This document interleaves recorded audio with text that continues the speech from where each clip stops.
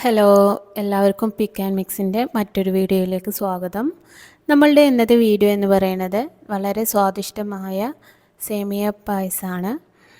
അപ്പോൾ നമുക്ക് വീഡിയോയിലേക്ക് പോവാം. ആദ്യമായിട്ട് നമ്മൾ പാലൊന്ന് തിളപ്പിച്ചെടുക്കണം. 3 പാക്കറ്റ് പാലാണ് എടുത്തിട്ടുള്ളത്. അതൊന്ന് നല്ലപോലെ തിളപ്പിച്ചെടുക്കണം. പാലിലേക്ക് മറ്റ് വെള്ളമൊന്നും ചേർത്ത് കൊടുക്കുന്നില്ല, വെറും പാല് മാത്രമാണ് എടുത്തിട്ടുള്ളത്. നമ്മൾ പാല് തിളച്ച് വരാൻ തുടങ്ങിയിട്ടുണ്ട്. ഇനി നമുക്കതിലേക്ക് സേമിയ ചേർത്ത് കൊടുക്കാം.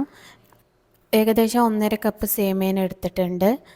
നമ്മൾ വറുത്ത സേമിയൻ്റെ പാക്കറ്റാണ് മേടിച്ചിട്ടുണ്ടായിരുന്നത്. അപ്പോൾ അത് ചേർത്ത് കൊടുത്തിട്ടുണ്ട്. അതല്ല എന്നുണ്ടെങ്കിൽ ജസ്റ്റ് നമുക്ക് 1 ടേബിൾ സ്പൂൺ നെയ്യ് ഒഴിച്ച് കൊടുത്തിട്ട് ഒന്ന് വറുത്തെടുക്കാവുന്നതാണ്. പിന്നെ നമ്മൾ ചെയ്തത് തിളച്ച് വന്നിട്ടുള്ള പാലിലേക്ക് സേമിയം ചേർത്ത് കൊടുത്തു. എന്നിട്ട് സേമിയൊന്ന് വേവിച്ചെടുത്തു. സേമിയ വെന്ത് വന്നതിന് ശേഷം നമ്മൾ അതിലേക്ക് മധുരത്തിന് ആവശ്യമായിട്ടുള്ള പഞ്ചസാര ചേർത്ത് കൊടുത്തു. എന്നിട്ട് നല്ലപോലെ ഒന്ന് മിക്സാക്കി കൊടുക്കുക. അതിന് ശേഷം നമ്മൾ അതിലേക്ക് ഒരു പിഞ്ച് ഉപ്പും കൂടെ ചേർത്ത് കൊടുത്തിട്ട് നല്ലപോലെ മിക്സ് ചെയ്തെടുത്തിട്ടുണ്ട്.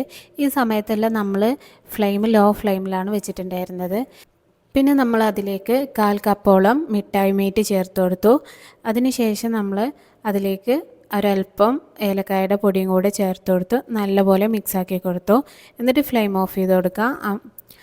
ഇനി നമുക്ക് വറവിട്ട് കൊടുക്കണം. അതിന് വേണ്ടിയിട്ട് ആദ്യം പാന് നല്ലപോലെ ചൂടാക്കി എടുക്കുക. അതൊന്ന് ചൂടായി വരുന്ന സമയത്ത് അതിലേക്ക് 2 ടേബിൾ സ്പൂൺ നെയ്യ് ഒഴിച്ചു കൊടുക്കുക. അതിനുശേഷം കാഷ്യൂനട്ട് ഇട്ട് കൊടുക്കുക. അത് ഏകദേശം വറവായി വരുന്ന സമയത്ത് കിസ്മിസും കൂടെ ഇട്ട് കൊടുത്തിട്ട് ഒരുമിച്ച് വറുത്തെടുക്കുക. എന്നിട്ട് നമ്മൾ നേരത്തെ തയ്യാറാക്കി വെച്ചിട്ടുള്ള സേമിയ പായസത്തിൻ്റെ മുകളിലേക്കായിട്ട് ഒഴിച്ചു കൊടുക്കുക.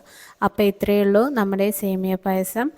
ഇത് തയ്യാറാക്കാൻ അറിയാത്തവരുണ്ടെങ്കിൽ തീർച്ചയായിട്ടും ഈ രീതിയിൽ ട്രൈ ചെയ്ത് നോക്കുക. നല്ല ടേസ്റ്റാണ്.